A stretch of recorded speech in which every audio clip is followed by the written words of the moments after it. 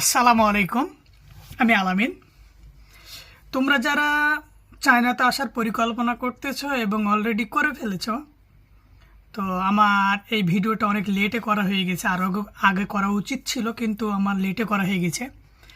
এখন কথা হচ্ছে কি যে ভাইয়া, চায়নাতে তুমি আসতে ফিরে আসা যাবে কি আসা যাবে না? ভাই, কথা হচ্ছে আমরা বাঙালি না, একটু না হ্যাসেল পছন্দ করি না। আমরা চাই সব কিছু আমাদের স্মুথলি হয়ে যাক। আমি দৌড়াতে পারবো না, কোনো কিছু করতে ভালো লাগে না, আমি কাগজের জন্য দৌড়াতে পারবো না। ভাই, দিন শেষে আমি তোমারে বলি, তোমার ডকুমেন্ট তোমারে রেডি করতে হবে।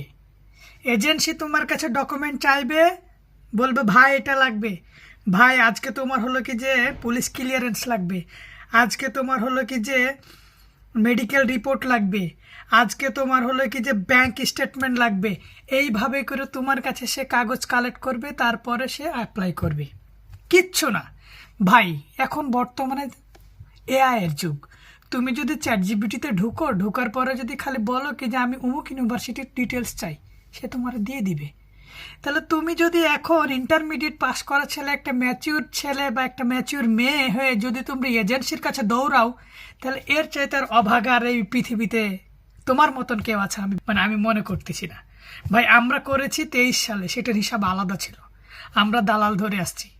এখন বুঝতেছি ভাই, দালালের কোনো এখানে প্রায়োরিটি নাই ভাই। দালাল কিছুই না, এরা শুধু টাকা খায় ভাই। ঠিক আছে, কিছুই না ভাই। কারণ আমি তোমাকে বলি, চায়নাতে ফ্রি আসা যায়। অধিকাংশ ক্ষেত্রে চায়নাতে ফ্রি আসা যায় ফার্স্ট। ঠিক আছে, ফ্রি আসতে হলে পরে তোমাকে রিকোয়ারমেন্ট অনুযায়ী ফর্ম পূরণ করতে হবে, ইন্টারভিউ দিতে হবে। ইন্টারভিউ যদি তুমি ভালো করো, তুমি সাথে সাথে জেডাব্লিউ পেপার পেয়ে যাবা।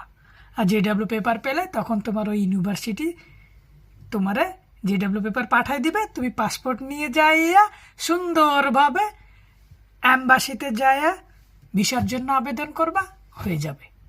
ভাই, সামান্য কিছু কাজ করা লাগবে, তার জন্য তোমার 1 লাখ 1.5 লাখ টাকা বেঁচে যাবে। সেই এজেন্সিকে বা দালালকে দেওয়া লাগবে না। তাহলে কেন তুমি হলে কি যে ভাই 1-1.5 লাখ টাকা বাঁচাইতে পারবা না? অতএব ভাই, আমি তোমাদেরকে বলবো, যদি তোমরা পরিপূর্ণ গাইডলাইন চাও, তাহলে আমার সাথে যুক্ত হতে পারো, আমার সাথে থাকতে পারো। আমি তোমাদেরকে সম্পূর্ণ গাইডলাইন সহযোগিতা করব। তার বিনিময়ে জাস্ট আমার কি করবা, আমার এই ভিডিওটা শেয়ার দিয়ে দিবা।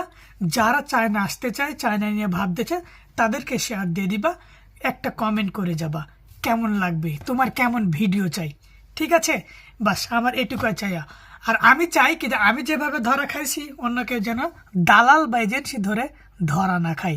এই জন্য আমি তোমাদেরকে এই ভিডিওগুলো দিচ্ছি। আমি আরও খোলামেলা কথা বলবো, চায়নাতে লিভিং কস্ট কেমন, চায়নার পরিবেশটা কেমন, চাইনিজ ভাষাটার উপরে কেমন দক্ষতা অর্জন করতে হবে, চাইনিজ ভাষা কঠিন না সহজ, এই বিষয়ে তোমাদের আমি আরও পরবর্তীতে অনেক ভিডিও আপলোড দিব। সাথে থাকো, পাশে থাকো। চায়না আসতে চাইলে আমার সাথে যুক্ত থাকো। আসসালামু আলাইকুম রহমতুল্লাহি ওয়া বারাকাতুহু।